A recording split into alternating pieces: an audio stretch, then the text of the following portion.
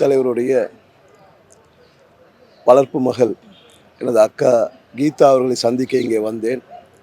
அவர்கள் 2015 முதல் பாரதிய ஜனதாவில் உறுப்பினராகவும் பொறுப்பிலும் இருப்பதால் மரியாதை நிமித்தமாக அவர்களை சந்தித்து எனது பிரச்சாரத்தை ஆரம்பிப்பதற்காக இங்கு வந்திருக்கிறேன்.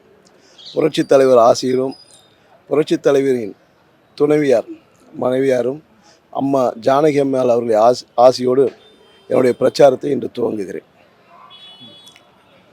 வணக்கம். நான் எம்ஜிஆர் எப்படி ஏழைகளின் தலைவராக இருந்தாரோ அதே மாதிரி அவர் காலத்துக்கு பிறகு அவரை போலவே மோடி அவர்களை நினைக்கிறேன். ஏழைகளின் கஷ்டங்களை உணர்ந்து ஏழைகளுக்காக இந்தியாவில் அவ்வளோ டெவலப்மெண்ட் கொண்டு வந்தவர் மோடிஜி அவர்கள். இன்று எம்ஜிஆருக்கு பிறகு மோடிஜி மற்றும் பாஜக தான் அவர் வழியில் அவருடைய எண்ணங்களை நிறைவேற்றக்கூடியவர்னு நினச்சதுனால நான் பாஜகவில் இணைஞ்சு பணியாற்றி தமிழகத்துக்கும் இந்தியாவுக்கும் பெரிய மாற்றங்களை கொண்டு வருகிற கட்சியில் இணைந்து செயலாற்றி வருகிறேன்.